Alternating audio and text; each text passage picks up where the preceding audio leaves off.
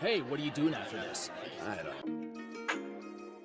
When a group of students receive a mysterious announcement from God over the PA system, they are invited to travel to another world where a role-playing adventure awaits them. They gain the ability to check their statuses and skills, which makes it possible to create groups for safe travel. However, one of the students finds himself left alone and gains a special goodbye skill, after which he begins his own adventure in an unfamiliar world, looking for food and preparing for a new beginning. Kazuki finds himself in a strange new world after being transported along with his classmates. Hungry and alone, he discovers a mysterious fruit and decides to eat it despite its dubious nature. To his surprise, the fruit triggers unexpected effects, granting him new skills and abilities. As he struggles to survive and understand his surroundings, Kazuki encounters his friends, who inform him that another classmate, Seishi, has been transported to a different location. Meanwhile, Kazuki grapples with the consequences of consuming multiple fruits of evolution and discovers that they have unforeseen effects, both positive and negative. Despite the challenges, Kazuki remains determined to adapt and navigate this unfamiliar world. After being attacked by a cunning potion, the protagonist finds himself facing a dilemma: to survive or be consumed. However, upon defeating the creature, he discovers a wealth of items and skills, including knowledge about a highly intelligent monster species called the clever monkey. Embracing this newfound knowledge, he undergoes an unexpected evolution, gaining significant stat boosts.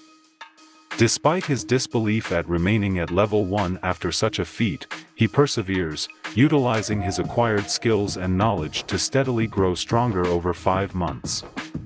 Now, facing a formidable foe, the protagonist prepares for a challenging battle against a level 311 acro wolf. After defeating an acro wolf, the protagonist gains new skills and items, including the legendary water spirit dagger. As he continues to evolve, he encounters the boss of the clever monkeys, a formidable Kaiser Kong. Surprisingly, the Kaiser Kong, named Sor, expresses romantic interest in the protagonist. Despite the protagonist's reluctance, Sor challenges him to a battle.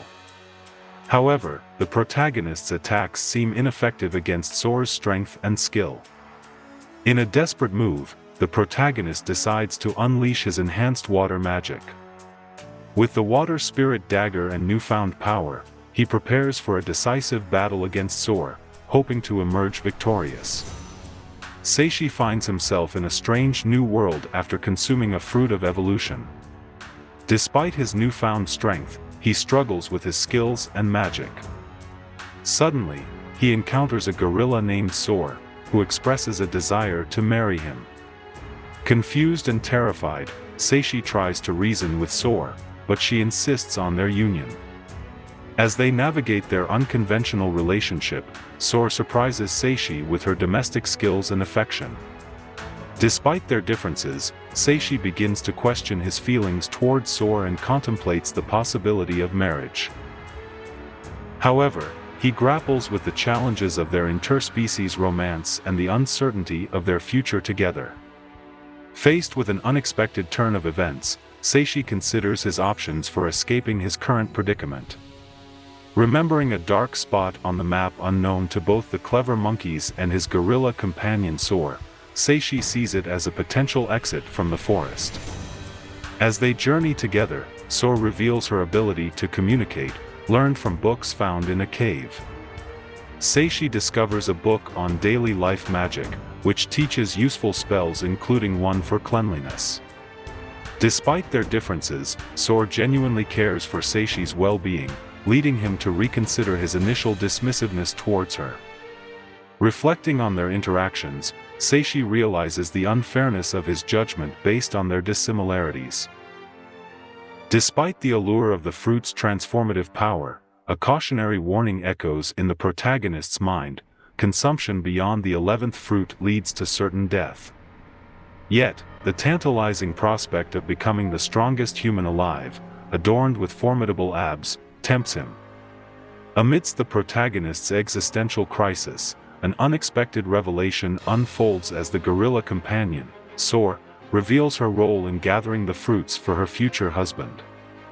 However, the fruits are stolen, plunging them into a quest fraught with danger and uncertainty. In a moment of vulnerability, the protagonist confesses to consuming the stolen fruits, sparking an unforeseen reaction from Soar. Forgiveness is granted, and the prospect of marriage to the gorilla companion looms on the horizon. In the heart of the forest, Zakia, the mentor of the heroes, is urged by her protégés to allow them to face real battles, feeling restless and stagnant in their training. Zakia, recognizing their potential, issues a decree for the heroes to venture forth and confront the demon lords threatening their world, instilling them with confidence in their unparalleled strength. Eager to put their skills to the test, the heroes embark on their training, determined to overcome any obstacle. Amidst their preparations, a mischievous imp disrupts their routine, prompting the heroes to take matters into their own hands and devise their own training regimen. As they revel in the freedom of the forest, one hero, S, finds themselves unexpectedly confronted by Dark Lord Xenos, a formidable foe with a deceptive appearance. Despite Xenos' overwhelming power, S's unwavering determination and courage shine through as they strive to protect their companions. In a dramatic turn of events, S sacrifices themselves to save their beloved companion, Soar, from Xenos' onslaught. As S fades away, Soar is overcome with grief and gratitude, realizing the depth of S's kindness and the true meaning of love and friendship. In their final moments together, Soar honors S's last request with a bittersweet smile, cherishing the memories they shared and the lessons learned from their courageous friend. As the human bravely confronts a formidable foe, Dark Lord Xenos, Soar's love and encouragement echo in their heart, urging them to fight on. In a moment of desperation, the human unleashes a newfound power, determined to protect their beloved. In a climactic showdown, the humans' resolve and newfound strength prevail, defeating Xenos and bringing an end to his reign of darkness. As Xenos' true identity is revealed, the tragic tale of his lost love, Marie, unfolds, shedding light on the depths of his despair and transformation into a monster. Moved by the power of love and the reunion of Xenos and Marie in the afterlife, the human reflects on the cruelty of the world yet finds solace in the small moments of redemption and reunion. Amidst the echoes of trumpets and the rush of excitement, our hero stands at the precipice of their final evolution. With newfound skills and powers acquired through countless trials, they embark on a journey of self-discovery and growth. As they embrace their final evolution, a moment of reflection ensues. The air is charged with anticipation as they contemplate the magnitude of their transformation. But with unwavering determination and the steadfast support of their companion, they find solace in the promise of their newfound strength. However, their moment of introspection is interrupted by the unexpected arrival of Mr. Sheep, the quirky dungeon administrator. With his peculiar charm and unique sense of humor, he bestows upon them rewards for their triumph over the treacherous dungeon. Armed with a fruit of evolution and a newfound sense of purpose, our heroes stand ready to embark on the next chapter of their adventure. With the vast world stretching out before them, they step into the unknown with courage and optimism, knowing that together, they can overcome any challenge that comes their way. As they venture forth into the world beyond the forest, a sense of excitement fills the air.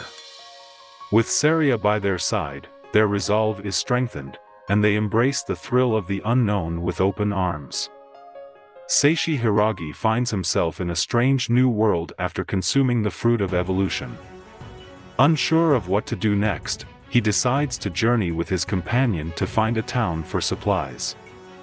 Along the way, they encounter a slime, which surprises Seishi with its unexpected strength. After defeating it, they discover some boots and cards, which grant Seishi new skills. Suddenly, a letter from Mr. Sheep, the dungeon administrator, falls from the sky. Mr. Sheep congratulates Seishi on his progress and explains that his helmet has evolved into a robe, thanks to his increased disguise skill level. This transformation will help Seishi conceal his growing strength from others.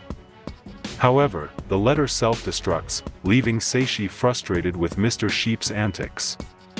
Seishi and Saria, disguised to conceal their true identities, attempt to enter the city guild to obtain proof of identification. However, their lack of proper documentation raises suspicion, prompting the guard to use the gem of truth to verify their honesty. Using his disguise skill, Seishi manages to pass the inspection, and they are allowed entry. Claude Schur, a friendly goblin, advises them to be cautious and promises to help if they encounter any trouble. Inside the guild, they meet Claude again, who introduces them to the capital. However, their initial impression of the guild quickly changes when they witness a bizarre scene involving a lecherous goblin and a submissive individual. Unnerved by the strange encounter, Seishi hesitates to enter the guild, prompting Saria to question their next move. Seishi finds himself in a dilemma as he witnesses Claude's erratic behavior and contemplates stopping him from causing further chaos. Meanwhile, the appearance of Guild Master Gussel Clute, a muscle-obsessed figure, and receptionist Eris, who switches from a shamefully underdressed state to a cute demeanor, adds to the bewildering atmosphere. Despite the unusual encounters, Seishi and Saria decide to register with the guild, drawn in by the promise of gathering valuable information and increasing their knowledge and power. Seishi's reluctance fades as he observes the lively and welcoming atmosphere within the guild. With Saria's encouragement, Seishi agrees to join the guild, intrigued by the prospect of exploring this new environment. Seishi finds himself in a whirlwind of bizarre encounters as he navigates the guild's welcoming process. From Claude's crude remarks to the guild master's unexpected transformations, Seishi can't help but feel overwhelmed. However, Eris's charming demeanor and the lively atmosphere of the guild provide some comfort amidst the chaos. Despite his initial hesitation, Seishi decides to go through with the guild registration process, intrigued by the promise of adventure and growth.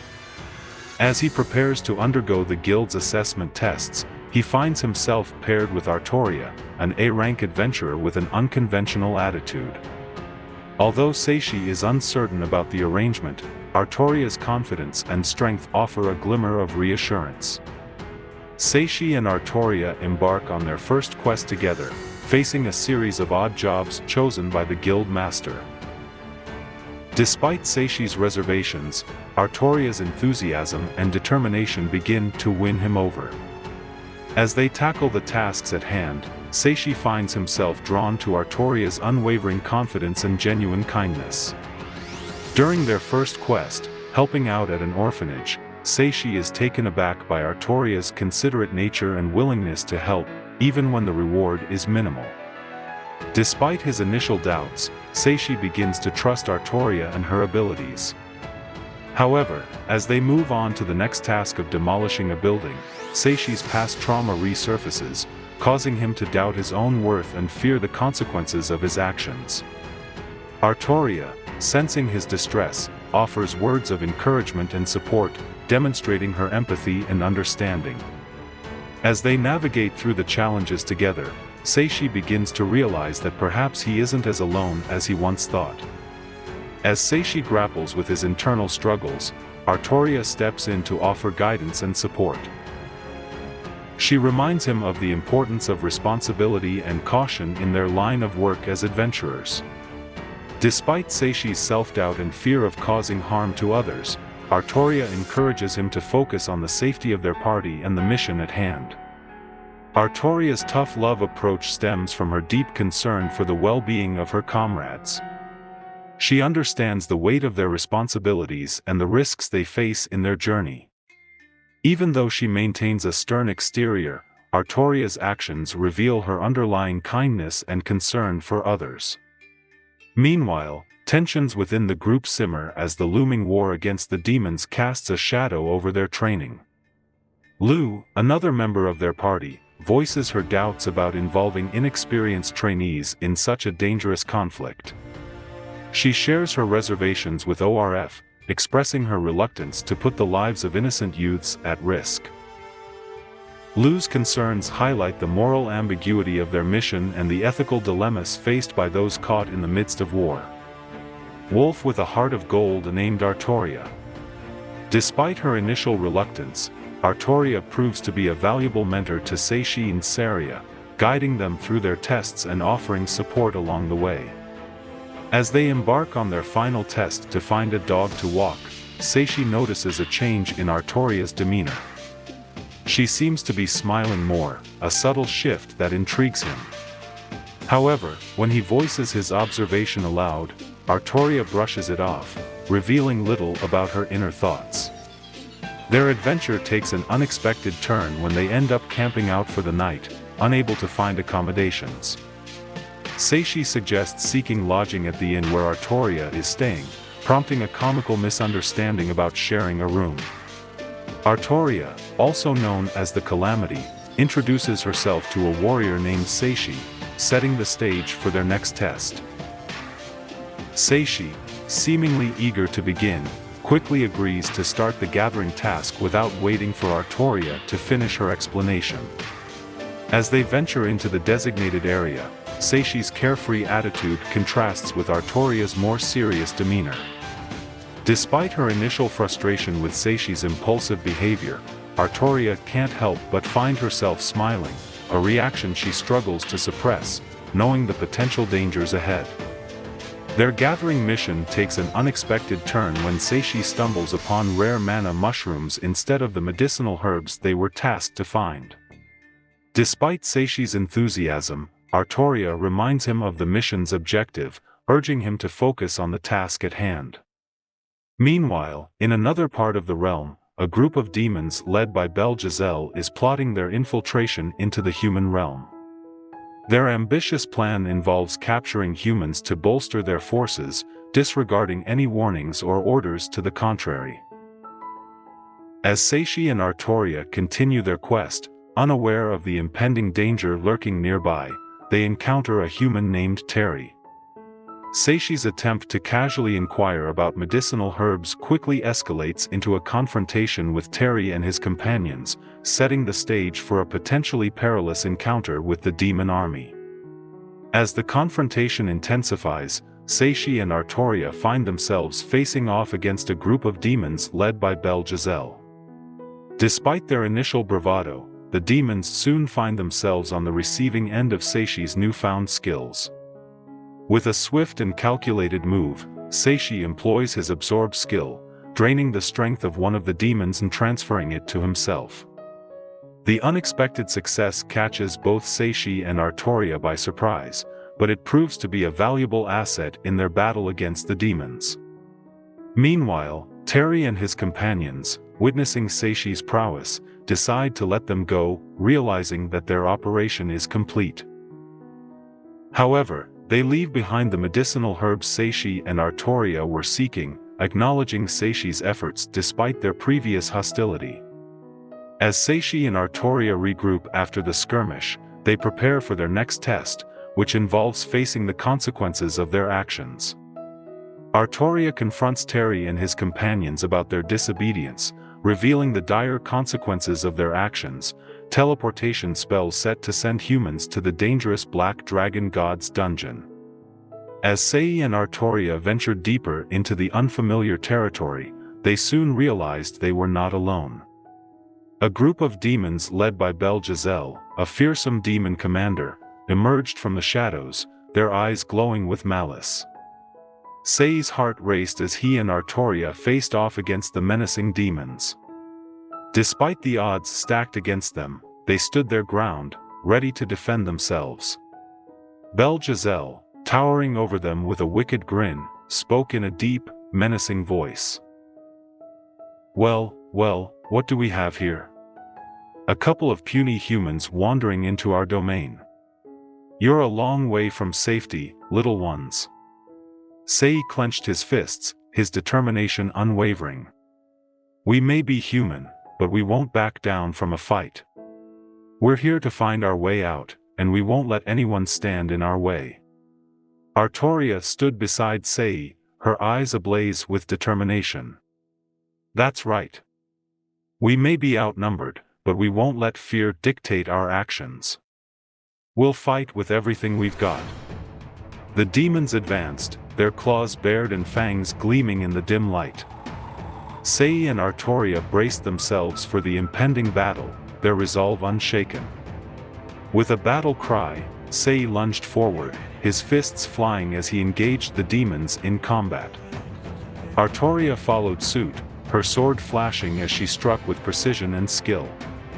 The battle raged on, each side fighting fiercely for dominance. Despite their best efforts, Sei and Artoria found themselves outnumbered and outmatched by the demons' sheer strength and ferocity. Just when it seemed like all hope was lost, a sudden burst of light enveloped the battlefield. A group of adventurers, drawn by the commotion, rushed to Sei and Artoria's aid, turning the tide of the battle in their favor. Sei and Artoria begin to explore the area, examining the walls and the surrounding environment for any signs of a hidden exit. Artoria, keep an eye out for anything unusual or out of place. There might be a lever or button we need to activate to open these walls. Sei, right, I'll check over here. Maybe there's a loose stone or a symbol that indicates a hidden mechanism. After a thorough search, Sei notices a small indentation in the wall. Sei, wait, I think I found something. There's a small crevice here. It looks like it could be a switch. He presses the indentation, and with a soft click, the walls begin to slide open, revealing a hidden passage. Artoria, great job, Sei. Let's not waste any time. We need to reunite with Saria and the others as soon as possible. They hurry through the passage, following the guidance of the G-stone, until they finally reach the other side of the wall where Saria is waiting. Saria, Sei. Artoria. You're safe. I was so worried about you both. Artoria, we're fine, thanks to Sei's quick thinking and the G-stone. But we need to get out of here before anything else happens. Sei, agreed.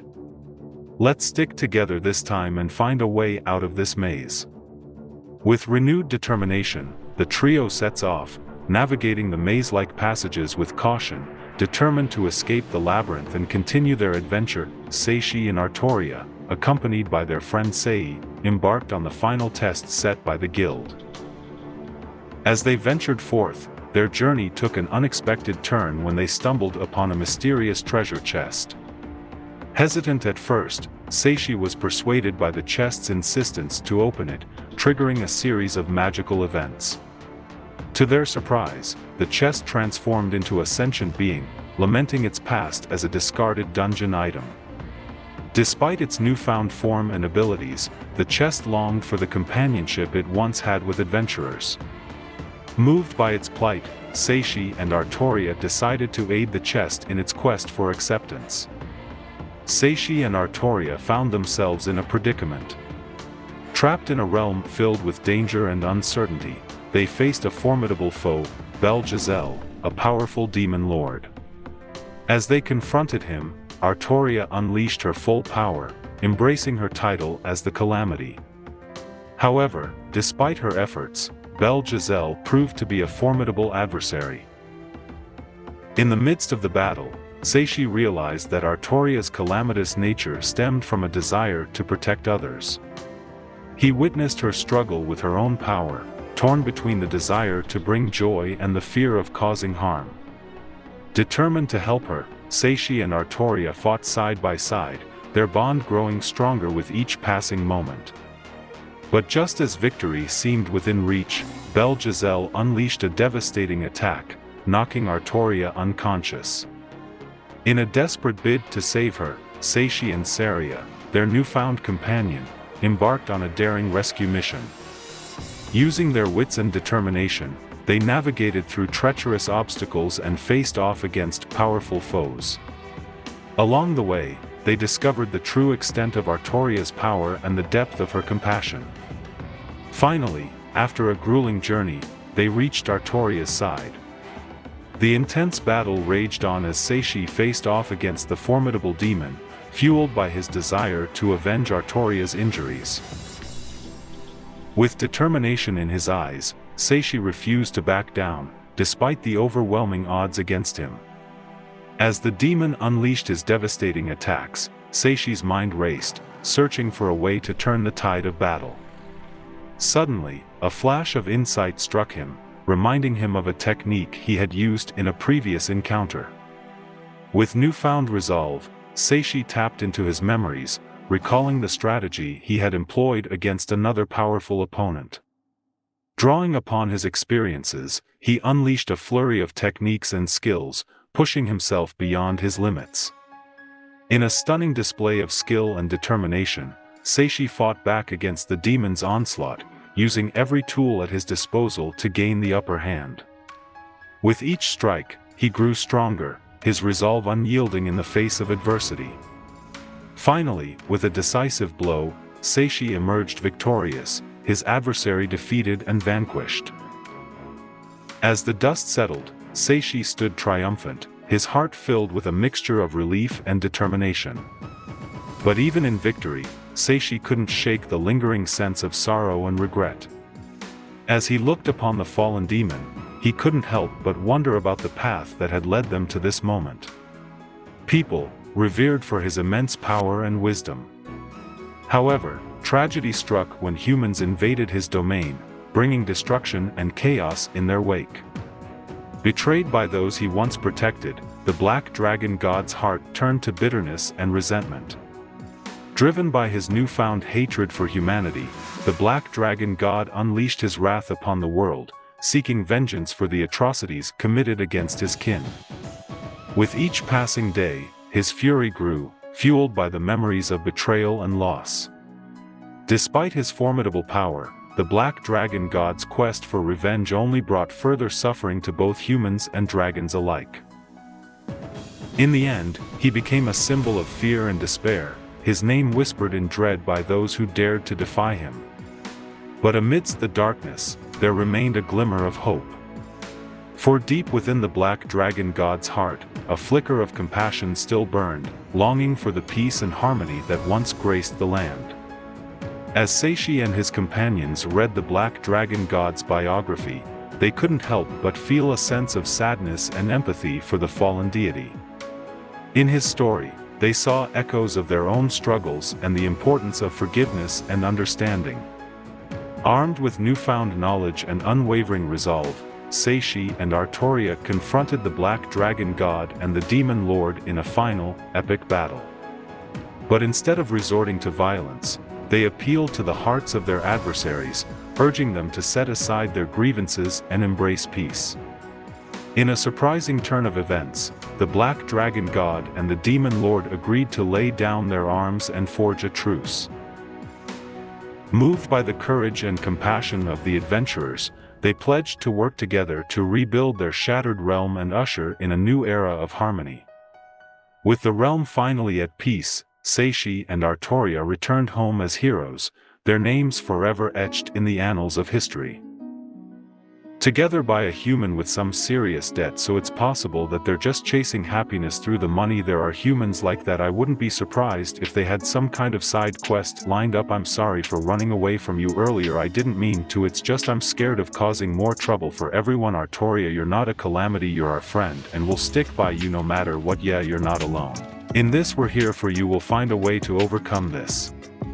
Curse together. Thanks everyone, I'm really lucky to have you as my friends. I'm feeling better now, let's head back to the guild together. Sounds like a plan, let's go home and have some tea together. Alright, let's go home together as a team. In the midst of pondering whether life in another world resembled our own, news spread of the defeat of the formidable black dragon god. The mere thought of someone daring to challenge such a powerful entity sent shockwaves through the demon army.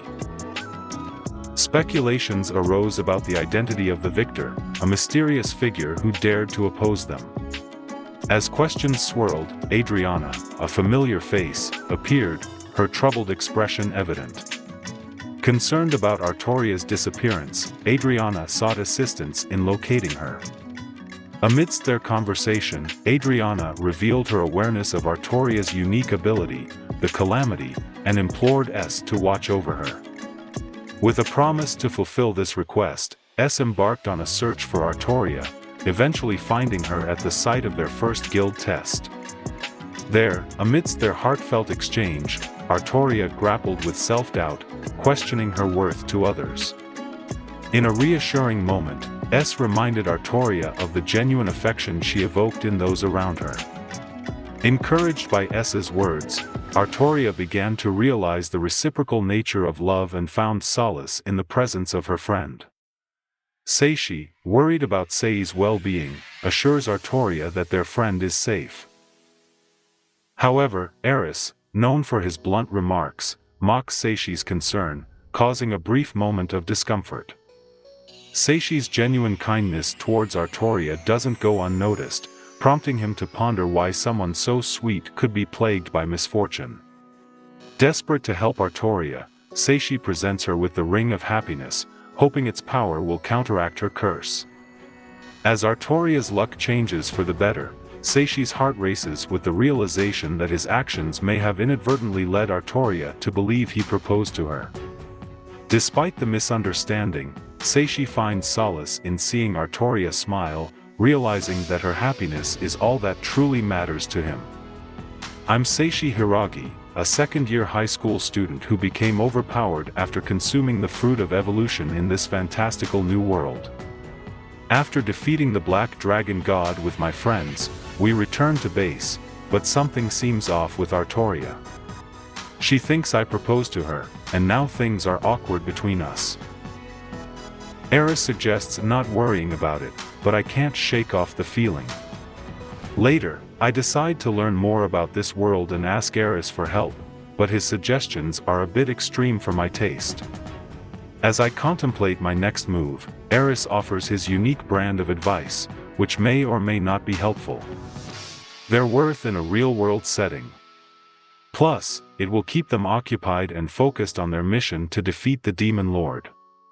As for Zakia, we can handle his replacement internally, ensuring a smooth transition without disrupting the hero's training. It's settled then. I'll inform the council of our decision and make arrangements for the heroes to start their training at the academy immediately. Thank you for bringing this to my attention. You've done well, Eris.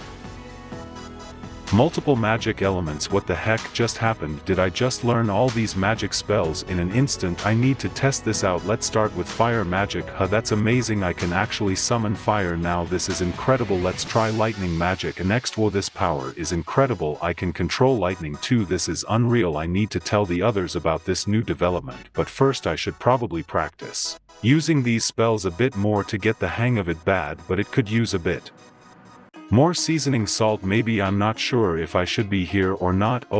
Excuse me, what's that delicious aroma? It's a special blend of herbs and spices I use in all my dishes. Oh wow, it smells amazing. I'd love to try something with that aroma. Sure thing, I'll whip up something special for you right away. I'm back. Oh, welcome back. Hey, why are you being so distant? What's wrong? Nothing, I'm fine. It's just I've been feeling a bit off lately. I see. Well, if you ever need someone to talk to, I'm here for you.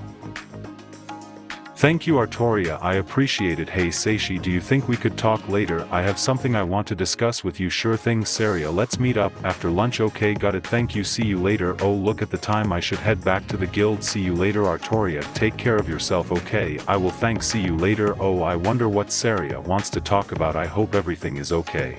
I guess I'll find out soon enough. Severity of the situation, but in all seriousness, love can be complicated. It's not always easy to navigate, especially when you're trying to express your feelings to someone else. But hey, you took a leap of faith, and that's commendable. Now, let's figure out the best way to approach this. First things first, have you tried talking to Seishi directly about how you feel?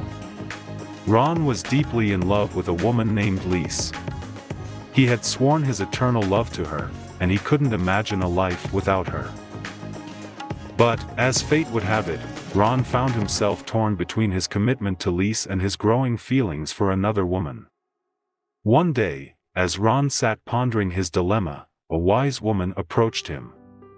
She could see the turmoil in Ron's eyes and offered him some sage advice.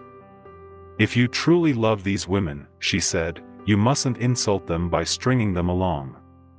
Honor your commitment to Lise, or apologize to her and accept the consequences of your mistake." Ron listened intently to the woman's words.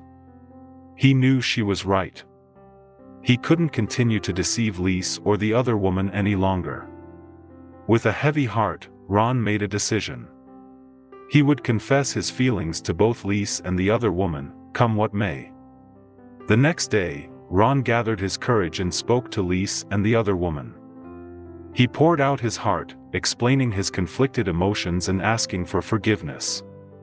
Lise and the other woman listened with compassion, understanding the difficulty of Ron's situation. Seishi was somewhat confused. Everything happened so quickly that he had not yet had time to realize what was happening. Here he stood, looking at Artoria, with whom there had been some awkward moments lately. But then she appeared, as if a sign that he had to tell her something. Seishi felt it necessary to admit that the ring was simply a misunderstanding. He didn't know if she could ever forgive him, but she deserved to know the truth. He couldn't chicken out now, he had to do it. "Hey, Artoria, regarding this ring." Seishi started, but suddenly she kissed him. He was stunned. "Don't say anything yet," she whispered. "I know you only did it to help when you gave me that ring without saying you loved me," she said. "I know, but I don't care, I can't. I can't help but fall in love with you, Seishi. I know you've already given your heart to Sarah, but just being here with you makes my heart ache, and I hope that you have something like that in you, Artoria, please. Am I not worthy? Am I broken or not good enough to stay by your side?" she asked, looking at him sadly. No, it's not like that. You're not broken, not good enough. I'm just not much of a lady and maybe not what you want in a partner, but I still love you. I just didn't know what to do with me. Artoria, please say something. Seishi said in despair. Sor, it's not what it looks like, trust me. I don't care if I can't have you all to myself, but you're such a wonderful guy that it would be stupid to expect only me to fall in love with you, Artoria said. It's so wonderful. Besides, it's only natural for a gorilla like me to be attracted to strong men, she added, smiling. You never miss a chance to remind me that I'm a gorilla, do you? Well, what about Sai? I value Artoria very much, and it pains me to see her in this state. I want us all to be happy together, so please accept her love as you do mine, Sor said. Artoria I would love it if you called me that. It's a special nickname for those who are dear to me and I want you to start using it. Okay, so now it's R. That sounds great. AR, I want you to know that I love you. Of course, I am hopeless and not the most reliable, but I promise to do everything possible so that you will never regret loving me. Okay, now we can be happy and together forever, he said, raising his hand in greeting. So happy for you. You're great, guy. Wise choice. I love happy endings. Thank you all. What a day. What's next, he thought, smiling. My name is Seishi Hiragi, I'm in my second year of high school. I ate some of the fruits of evolution in this crazy new world and now I'm super strong. And somehow I found myself a very hot girl who completely just dropped dead for no reason at all. Well, that's not very reassuring at all. Why would anyone want a horse that's just going to keel over on them? Dear horses aren't for everyone, but they're cheap and fast if you're willing to take the risk. No thanks, I think I'll pass on the deer horse. Then how about this one? It's a nightmare horse. They're known for their endurance and strength. They can run for days without tiring. But be warned, they have a Fiery temper and can be quite difficult to handle. Sounds like a nightmare indeed. I don't think I want to deal with a horse that might decide to throw me off and trample me to death on a whim. Do you have anything less terrifying? How about this one? It's a cloud horse. Cloud horses are gentle creatures and incredibly loyal. They may not be the fastest, but they'll always get you where you need to go safely and without any trouble. That sounds perfect. I'll take it. Excellent choice, my friend. This cloud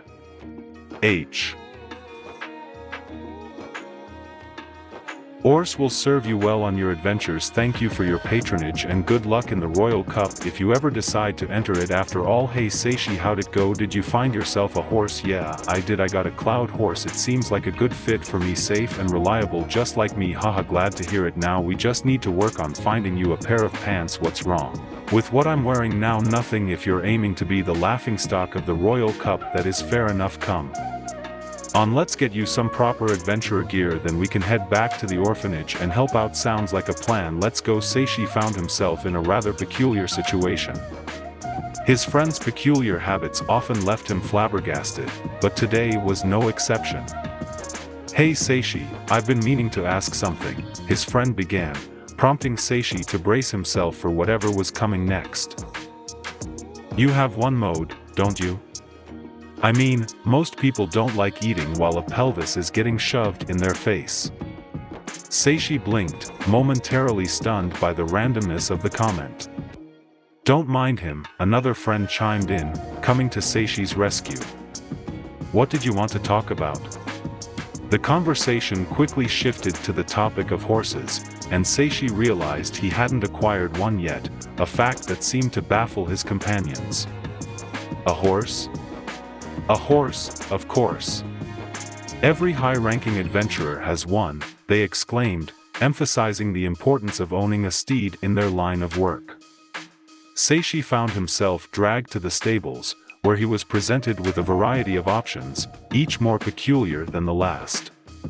From dragon horses to deer horses with questionable longevity, Seishi couldn't help but feel overwhelmed by the choices.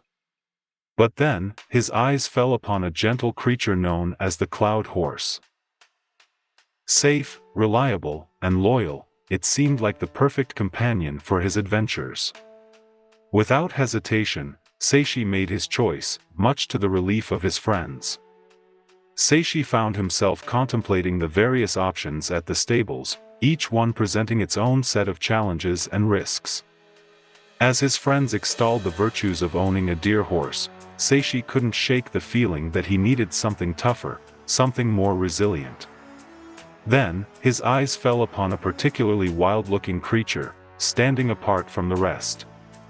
If it's tough you want, there's that one over there, the stable owner remarked, cautioning Seishi about the unruly beast. She's a real wild one, she is. I've never seen her warm up to anyone. Undeterred by the warnings, Seishi approached the creature, only to be met with a surprising revelation. That's not a horse, it's a donkey, someone remarked, casting doubt on the suitability of the animal. But Seishi sensed something different about this creature, something that intrigued him. Before he could make sense of the situation, the donkey spoke, its words laced with a mixture of defiance and curiosity. And if you ever touch me with those filthy hands again, I'll kill you, it declared, catching Seishi off guard. Despite the initial hostility, Seishi found himself drawn to the donkey's strength and determination. In a surprising turn of events, he agreed to become its master, naming it Lulan. As they ventured out of the stables, Seishi couldn't help but marvel at the wonders of the world outside. The enticing aroma of food beckoned to him, leading them to a nearby stall where they indulged in a delicious meal.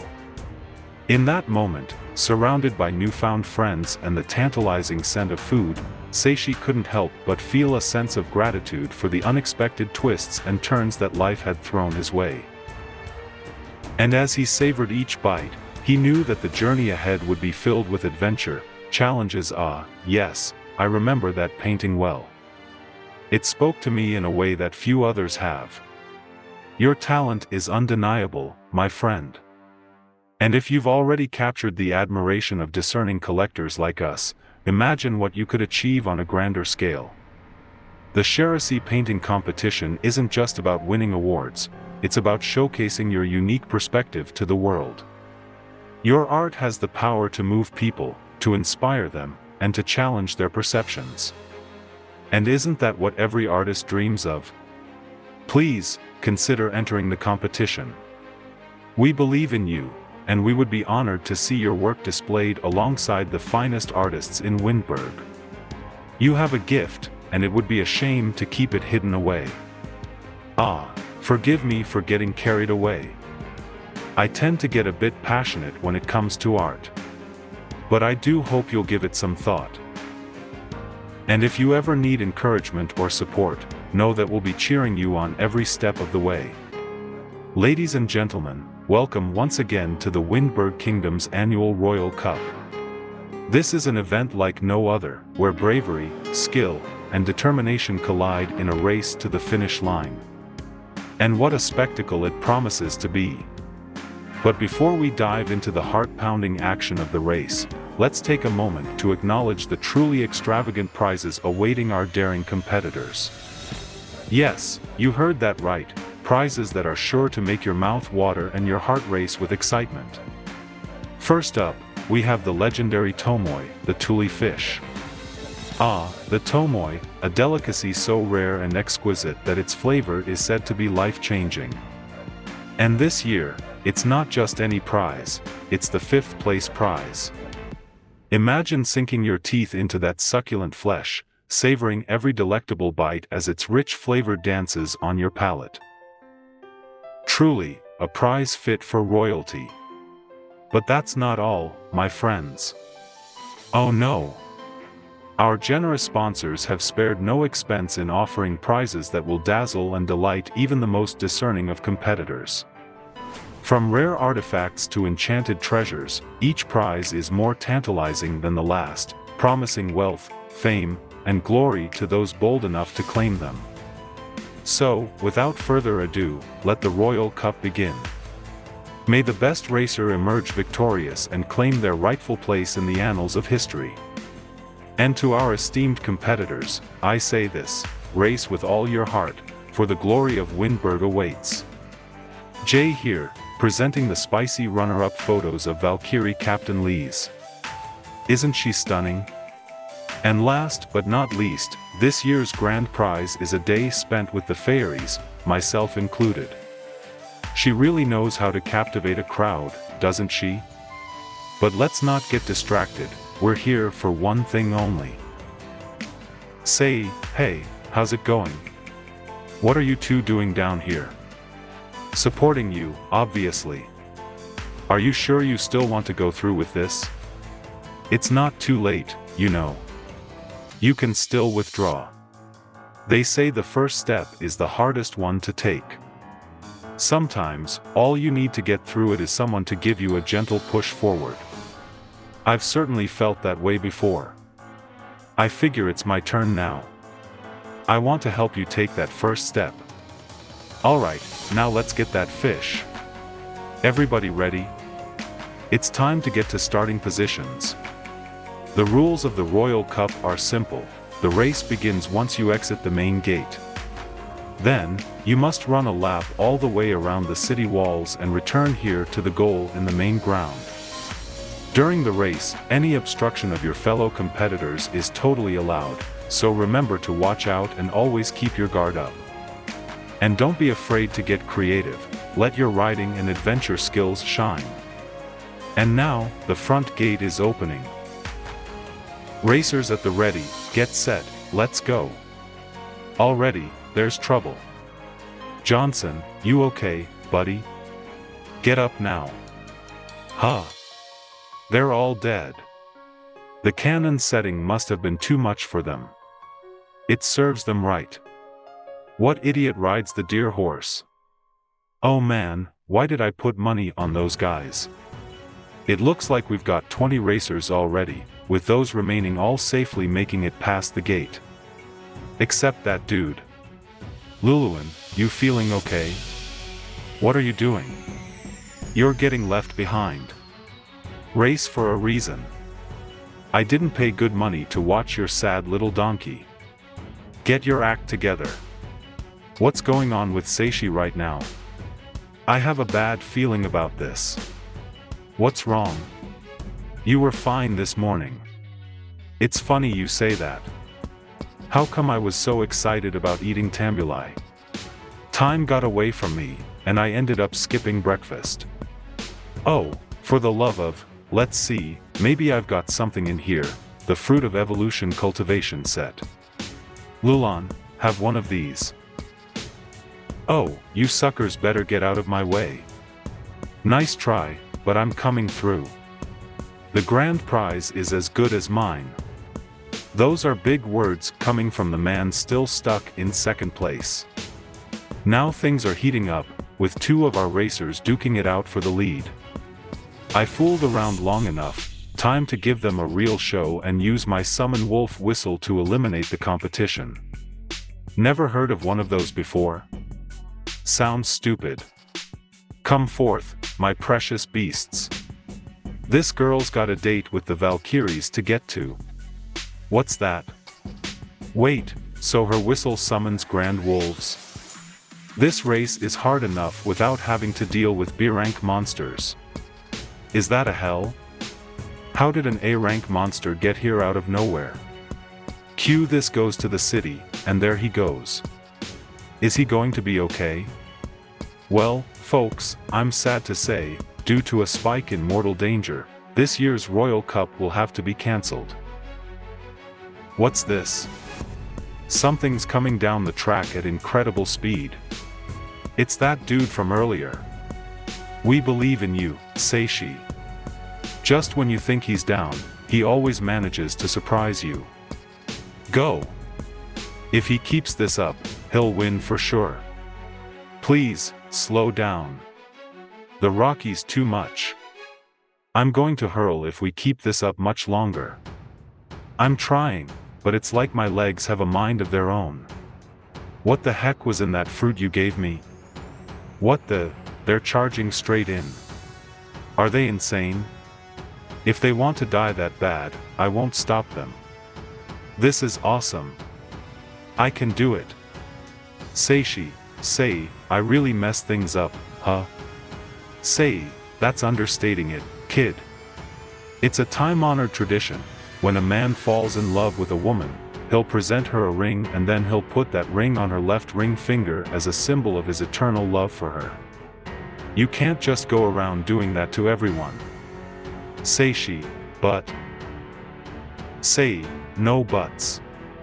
It's a sacred gesture, not some game you play with people's hearts. Seishi, but what should I do now? Say, well, you did swear your eternal love to her. What else is there to do? Seishi, yeah, but, say, look, if you love these women, then don't insult them by stringing them along. Either honor your commitment or apologize to them and accept the consequences for your mistake. Seishi, you're right. I need to set things straight. Say, good. I'm here for you, kid. But remember, actions speak louder than words.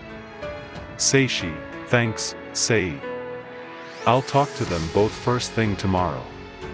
Lita, ma'am, hi. Lorna, huh. My apologies for the short notice, but we've been given orders to bring you in. Lita, bring me where? I don't get it. What exactly did I do wrong? Lorna, yeah, we don't have time to answer questions. Let's go. Your evildoing ends today. Lita, oh, stop that. That's enough drama, Lorna. Wait, I still didn't do anything. I swear I'm innocent. Lita's master, please don't leave, I appreciate you all waiting for me. I'm Leia, part of the Demon Lord army. What's the deal, Lita? Are we going to start yet? I'm ready to be home and in my bed. Lita, that's enough. I don't know why Lady Lugia summoned us here today, but you can be certain it wasn't to listen to your asinine complaints. What say the both of you sit still and behave, unless of course, you're aching for some of my specialized punishment. Lita's master, Hey, Leia. Who gave you special permission to arrive late to an important meeting? I'm a bit curious about that too, my dear. If you don't have an excuse, you should always be on time. That said, Lady Lugia doesn't seem to have arrived. Lady Lugia enters. Hello. I really appreciate you all responding to my summons. Yeah, thanks, everybody. There's nothing funny. You have our attention. What's going on? Yes, of course. I've summoned the captains from each division in the Demon Lord army because I'd like for us to consider entering an alliance with Windbird Kingdom. Lita, are you out of your mind?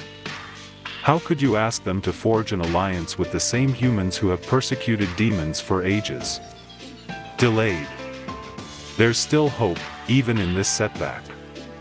We must adapt, strategize, and find a new path forward. It's not over until it's truly over. Let's gather our forces, regroup, and continue our pursuit of a brighter future for demonkind. We may face challenges and obstacles, but with unity and determination, we can overcome them. This setback will only make our eventual victory all the more triumphant. Let's not lose heart. Our journey is far from over. Well, it seems we've stumbled into quite the situation, haven't we? Winning the Royal Cup certainly has its perks, but I wasn't expecting a rendezvous with the Valkyries to involve shackles and a royal training ground. Nevertheless, let's make the most of it. Louise, whoever she may be, seems to hold significant sway around here. We'll need to tread carefully and follow her lead if we want to navigate this situation smoothly. So, any ideas on how we should proceed? Can't believe the agility and reflexes Seishi displayed in dodging Louise's attacks. It's clear he's not an ordinary individual. But what's even more intriguing is the mystery surrounding him. How is it that none of us have heard of him before? It seems there's much more to Seishi than meets the eye. Very young and I've been training ever since, but no matter how much I practiced I never felt like I was good enough until today. Thank you for showing me that I'm not alone anymore. You're welcome. I'm glad I could help, but listen, you don't have to call me master or anything like that. I'm just Seishi. Okay, thank you Seishi. I look forward to learning from you and getting stronger together. Me too. It's nice to have you on board. Yeah. Let's keep working hard together and getting stronger. Sounds like a plan. So what do you say we head back inside and join the others for dinner? Sure, I'm starving. Let's go. It's great to have you with us. Sei, it's good to be here. Seishi, I won't let you down. Situation, how? What do you see? There's a group of people gathered around the king. They look like they're arguing about something, but I can't hear what they're saying, and there's someone else approaching from the shadows. It looks like they're armed, but I can't make out their face. It's too dark. Thanks. LLB. Okay, by the way, what's with that guy over there? I'm not sure, but he seems suspicious. I'll keep an eye on him. You go help the king. Got it. Thanks. Be careful, master. I'll be fine. Don't worry about me. Just focus on helping the king. Come on, let's go. A child assassin in world vision. The tension was palpable as armed with his new skill, world vision, scoured the area for the culprit who had attacked the king. With his heightened enemy detection and reflexive defense, he seemed more formidable than ever. Meanwhile, Claudia and Lorna watched on, discussing Sii's impressive new abilities. Are you guys ready? Here's where he's at right now, Claudia announced, her voice tinged with anticipation. His new skill is World Vision. Lorna nodded in agreement, adding, World Vision provides enemy detection and increases his sixth sense, allowing him to react more quickly. And don't forget his reflexive defense, which automatically protects him from unseen attacks. The conversation then took a more intriguing turn as the focus shifted to Sii's relationship with Louise. Doesn't it look like Louise is falling for Seishi? One of them remarked. The other chimed in, oh, it totally does. Do you think they'll become more than master and apprentice? Their speculation continued as they pondered the possibility of romance between the two. Meanwhile, unbeknownst to them, Louise had overheard their conversation. Caught off guard, she hesitated before addressing them. "Hi, Louise," Sii greeted her, unaware of her presence until now. As the mystery of the attack unfolded, it was revealed that the culprit was another child, leaving everyone bewildered. Why would someone so young resort to such drastic measures? The encounter left lingering questions, setting the stage for what promised to be an intriguing next chapter in their adventure.